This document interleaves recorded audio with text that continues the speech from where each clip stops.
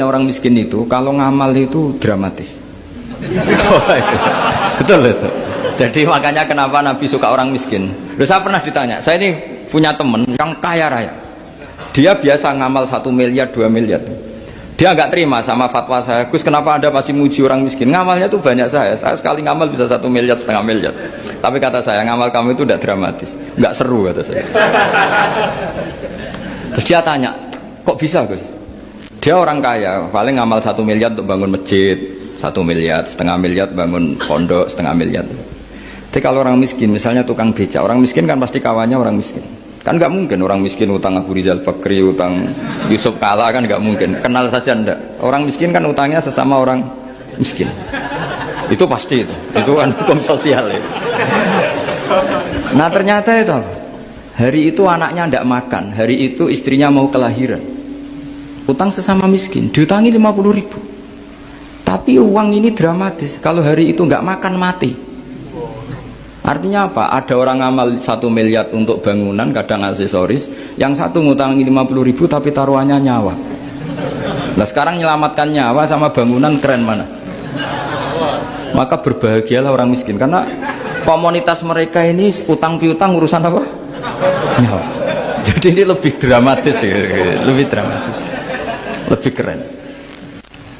Loh, makanya utang piutang orang miskin itu paling diabadikan Quran karena lebih keren, lebih keren.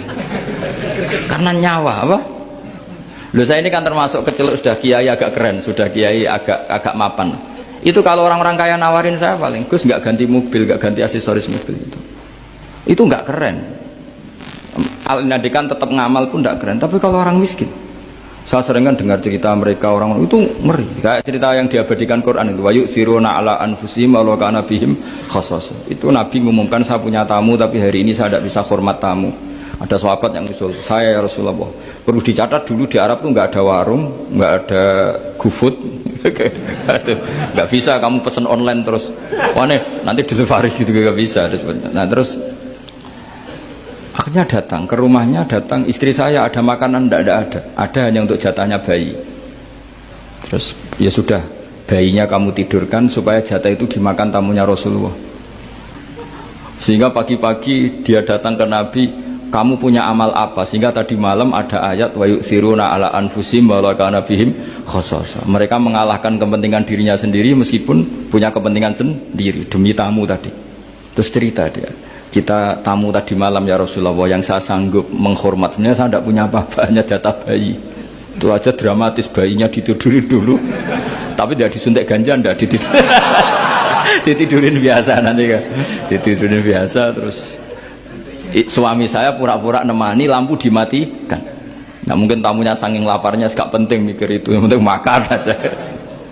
Jadi maka sebetulnya orang-orang miskin itu tidak usah hiru, wah itu orang kaya bisa ngamal masjid 1 miliar, 2 miliar. Tetap ngamalnya ini sesuatu yang tidak mendesak. Tapi sesama orang miskin, kalau temannya minta tolong itu mesti dramatis. Istri mau kelahiran, kematian, kelaparan. Wah yang diselamatkan itu seru semua. Artinya gini ya, kalau miskin ya nikmati saja, itu ada peluang untuk menyalip